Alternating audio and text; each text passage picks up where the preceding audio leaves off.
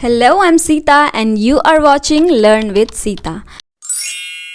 अगर आप इस चैनल पे न्यू हैं तो प्लीज़ इस चैनल को सब्सक्राइब करके उसके बगल में दिए बेल आइकॉन को ज़रूर दबा दीजिएगा और वीडियो अगर पसंद आए तो वीडियो को एक लाइक ज़रूर दीजिएगा, क्योंकि आपका एक लाइक और एक सब्सक्राइब मुझे बहुत मोटिवेट करता है।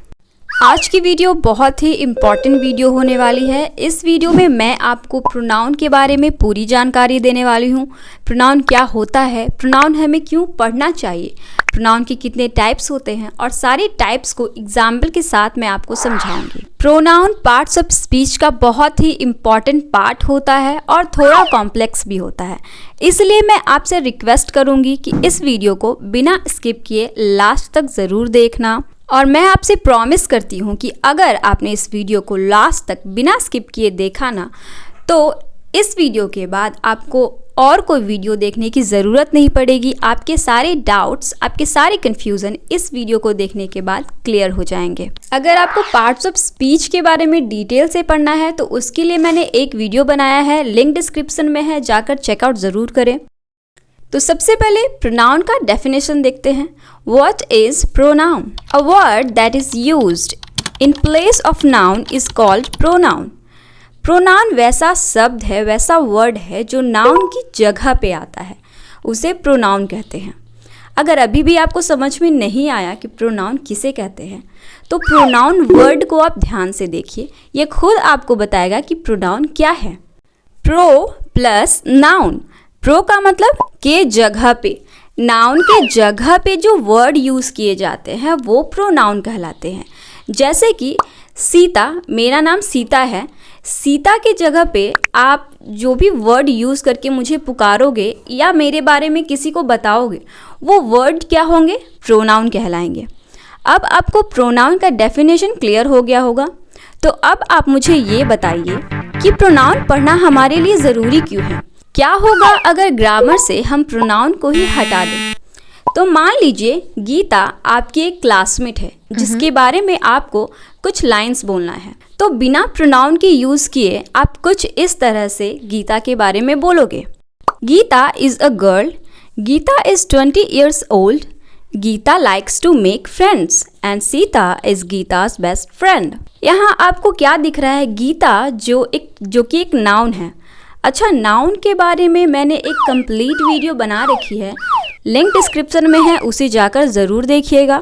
तो यहाँ गीता जो है बार बार रिपीट हो रहा है और ये सेंटेंसेस जो है देखने में भी बहुत ही ऑकवर्ड लग रहा है और अच्छा नहीं लग रहा है। लेकिन अब जब हम इस गीता की जगह पे प्रोनाउन को यूज़ करते हैं तो ये सेंटेंसेस कुछ इस तरह से दिखेगी। Geeta is a girl, she is 20 years old, she likes to make friends and Sita is her best friend.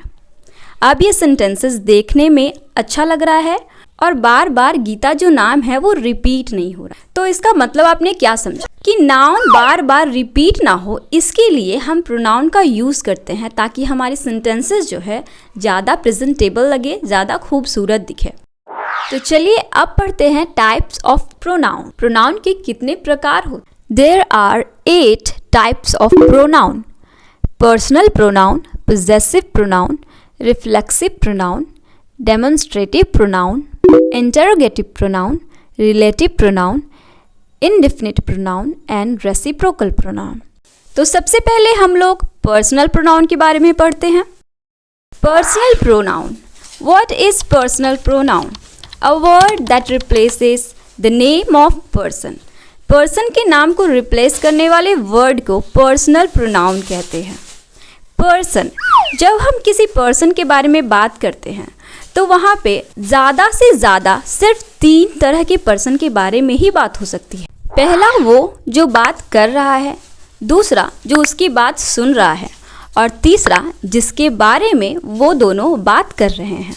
तो जो बात कर रहा है वो इंग्लिश की दुनिया में फर्स्ट पर्सन कहलाता है और जिससे वो इंसान फर्स्ट पर्सन बात कर रहा होता है वो सेकंड पर्सन कहलाता है और जिसके बारे में वो दोनों बात कर रहे होते हैं वो थर्ड पर्सन कहलाता है। तो फर्स्ट पर्सन, सेकंड पर्सन और थर्ड पर्सन ये तीनों सिंगुलर भी हो सकते हैं और प्लूरल भी हो सकते हैं।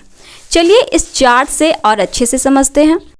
यहाँ आई और वी जो है वो फर्स्ट पर्सन है, लेकिन आई सिंगुलर फर्स्ट पर्सन है और वी जो है वो प्लूरल फर्स्ट पर्सन है।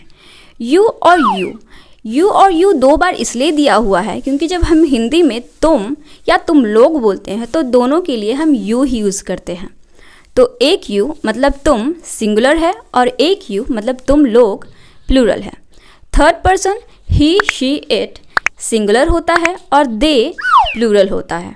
आपको first person, second person, third person अच्छी तरह से समझ में आ गया होगा। पर्सनल प्रोनाउन सब्जेक्टिव और ऑब्जेक्टिव 2 प्रकार के होते हैं। Subjective pronoun I, you, we, they, he, she, it, ये जो सब्जेक्टिव प्रोनाउन है वो समझिए कि मेन प्रोनाउन है। इसके इर्द गिर्द ही सारे प्रोनाउन के टाइप्स के बारे में हम लोग बातें करेंगे। जो प्रोनाउन सब्जेक्ट की जगह पे यूज़ होता है उसे सब्जेक्टिव प्रोनाउन कहते हैं और जो प्रोनाउन ऑब्जेक्ट की जगह पे यूज़ होता है उसे ऑब्जेक्टिव प्रोनाउन कहते हैं।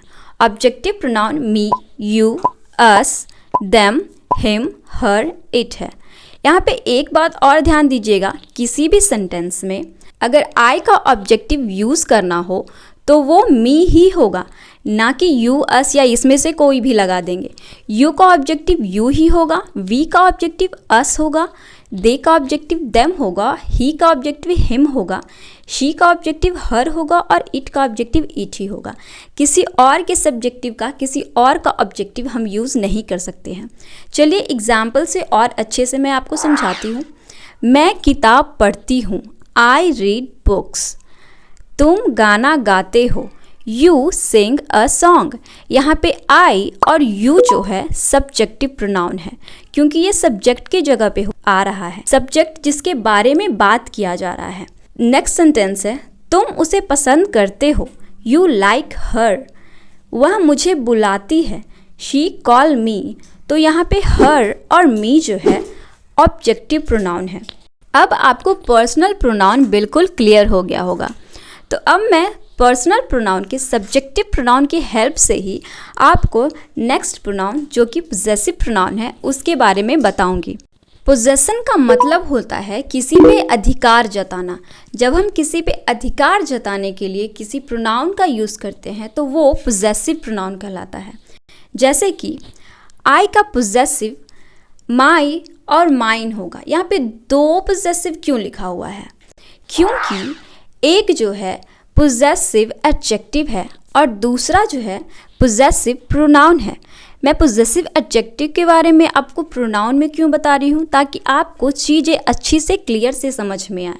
आई का पोजेसिव माई और माइन होगा, यू का योर और योर्स होगा, वी का पोजेसिव आवर एंड आर्स होगा, दे का देयर और देयर्स होगा, ही का हिज एंड हिज, शी का हर हर्स, इट का इट्स इट्स है।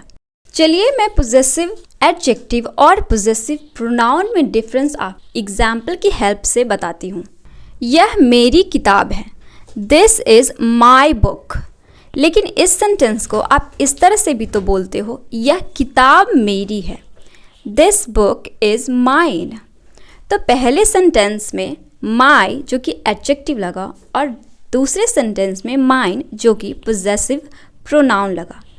तो दोनों में अंतर ये है कि पोजेसिव एडजेक्टिव जो है वो किसी भी नाउन या प्रोनाउन के पहले आता है, जबकि पोजेसिव प्रोनाउन जो है वो सेंटेंस के लास्ट में आता है।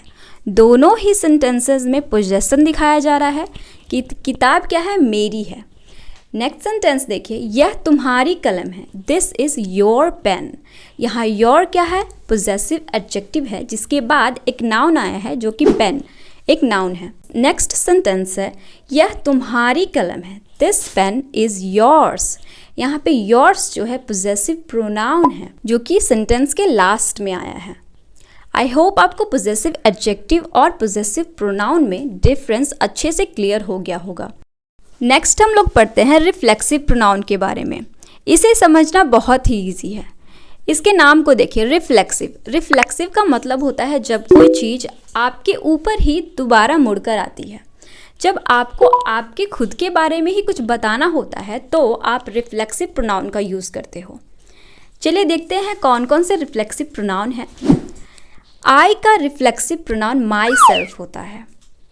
आई एक सब्जेक्टिव प्रोनाउन है और आई का रिफ्लेक्सिव प्रोनाउन माई सेल्फ होगा। उसी तरह से यू का योर सेल्फ या योर सेल्फ्स, वी का आवर सेल्फ्स, दे का देम सेल्फ्स, ही का हिम सेल्फ, शी का हर सेल्फ एंड इट का इट सेल्फ, ये सारे रिफ्लेक्सिव प्रोनाउन हैं। चलिए कुछ एग्जाम्पल से और अच्छे से इसको समझते हैं। आई लव माई सेल्फ, तो यहाँ पे माई सेल्फ जो है आई के लिए यूज़ हुआ है, वह मैं खुद को प्यार करती हूँ। तो जो बात हो रही है मेरे बारे में ही हो रही है। नेक्स्ट है he bought himself a new car, उसने खुद के लिए एक नया कार खरीदा है। तो यहाँ पे भी बात जो है उसके लिए ही हो रही है, उसके बारे में ही हो रही है, किसी और के बारे में नहीं हो रही है। You should be proud of your self, तुम्हें खुद पर गर्व महसूस करना चाहिए। यहाँ योर सेल्फ रिफ्लेक्सिव प्रोनाउन है। आई होप आपको रिफ्लेक्सिव प्रोनाउन अच्छे से क्लियर हो गया होगा। तो अब नेक्स्ट हम लोग पढ़ते हैं डेमोन्स्ट्रेटिव प्रोनाउन। डेमोन्स्ट्रेट का मतलब होता है टू शो, मतलब दिखाना। इस चार्ट को देखिए, इस चार्ट से आपको डेमोन्स्ट्रेटिव प्रोनाउन बिल्कुल क्लियर हो जाएगा। दिस और दैट सिंगुलर डेमोन्स्ट्रेटिव प्रोनाउन है। दोनों में अंतर ये है कि दिस जो है, कोई भी वस्तु जब आपके नज़दीक है और वो सिंगुलर है तो आप उसके लिए दिस यूज़ करते हो, और जब कोई भी वस्तु आपसे दूर है और वो सिंगुलर है मतलब एक है तो उसके लिए आप दैट यूज़ करते हो। दीज और दोज जो है प्लूरल डेमोन्स्ट्रेटिव प्रोनाउन है। दीज का यूज़ कोई भी चीज़ जो है वो आपके नज़दीक है और वो एक से अधिक है तो आप दीज यूज़ करते हो, और अगर कोई भी वस्तु आपसे दूर है और एक से अधिक है तो आप उसके लिए दोज यूज़ करते हो। चलिए एग्जाम्पल से और अच्छे से समझते हैं। दिस इज़ योर पेन, इसका मतलब है कि पेन क्या है, एक ही है, सिंगुलर है और वो आपके पास है, इसलिए आप दिस का यूज़ कर रहे हैं। लेकिन अगर वहीं आप बोलोगे दैट इज़ योर पेन, इसका मतलब है पेन जो है वो आपसे दूरी पे है और वो भी सिंगुलर ही है, मतलब एक ही पेन है। नेक्स्ट है these are my books. Books तो प्लूरल है, क्लियर है, लेकिन दीज का यूज़ किया गया है, इसका मतलब है बुक्स जो है वो आपके नज़दीक है। नेक्स्ट है दोज आर योर बुक्स, तो बुक्स तो प्लूरल है, इससे भी क्लियर है, लेकिन दोज का यूज़ किया गया है, इसका मतलब बुक्स जो है वो आपसे दूरी पे स्थित है। तो डेमोन्स्ट्रेटिव प्रोनाउन कौन कौन है और उसका यूज़ क्या होता है आपको क्लियर हो गया होगा। नेक्स्ट हम लोग पढ़ते हैं इंटरोगेटिव प्रोनाउन। इंटरोगेटिव प्रोनाउन के साथ साथ मैं आपको रिलेटिव प्रोनाउन भी समझाऊंगी ताकि आपको दोनों में डिफरेंस भी क्लियर हो जाए।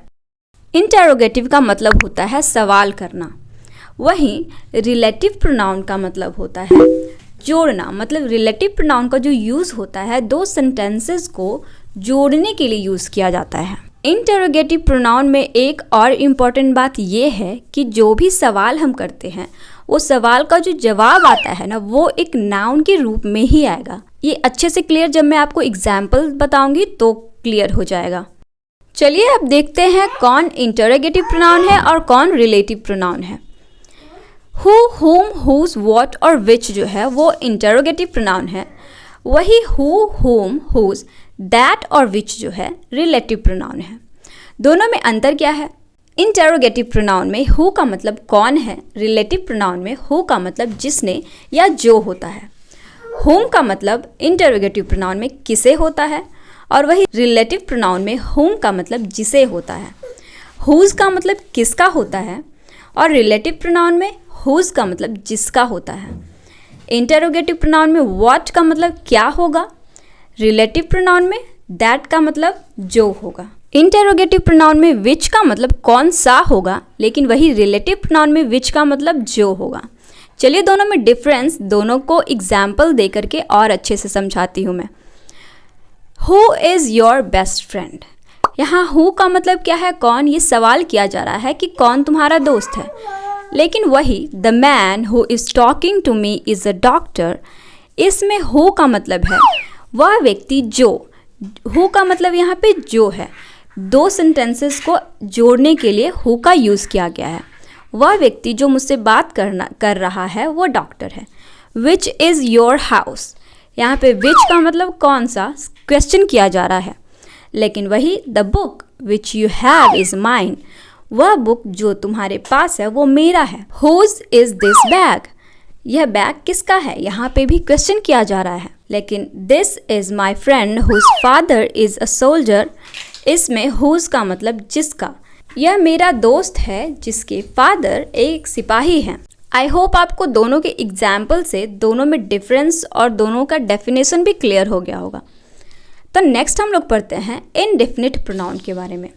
इनडेफिनिट मतलब जो डेफिनिट नहीं है। कभी कभी हमें ऐसे शब्दों का यूज़ करना पड़ता है जिससे सामने वाले को पता ना चले कि हम किसके बारे में बात कर रहे हैं, किसे बुला रहे हैं।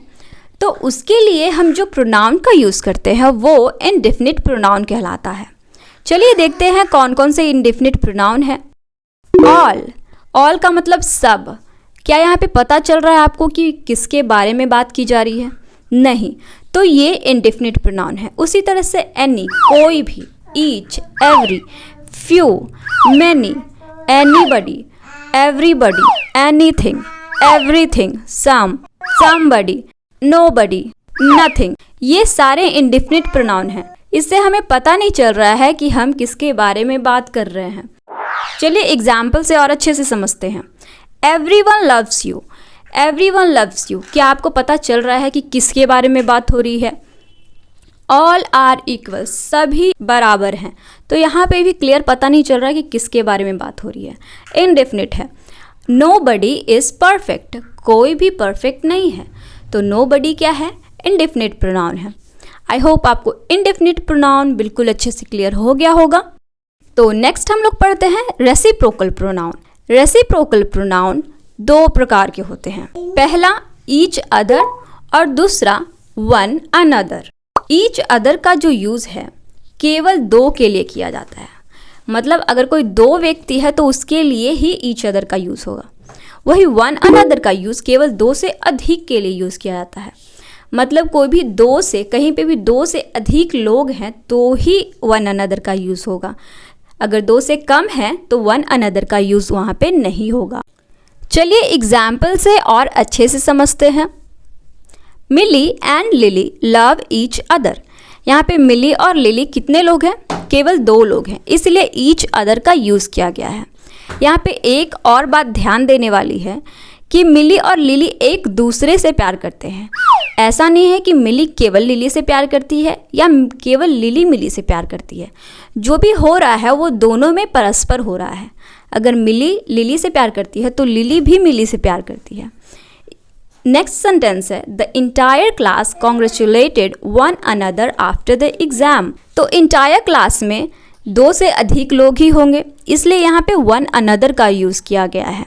और इंटायर क्लास ने एक दूसरे को कॉन्ग्रेचुलेट किया है। ऐसा नहीं है कि किसी एक ने सबको किया है, सबने एक दूसरे को किया है। तो यहाँ पे परस्पर क्रिया होती है। आई होप आपको रेसिप्रोकल प्रोनाउन अच्छे से क्लियर हो गया होगा और इसके साथ ही प्रोनाउन के टाइप्स भी खत्म होते हैं।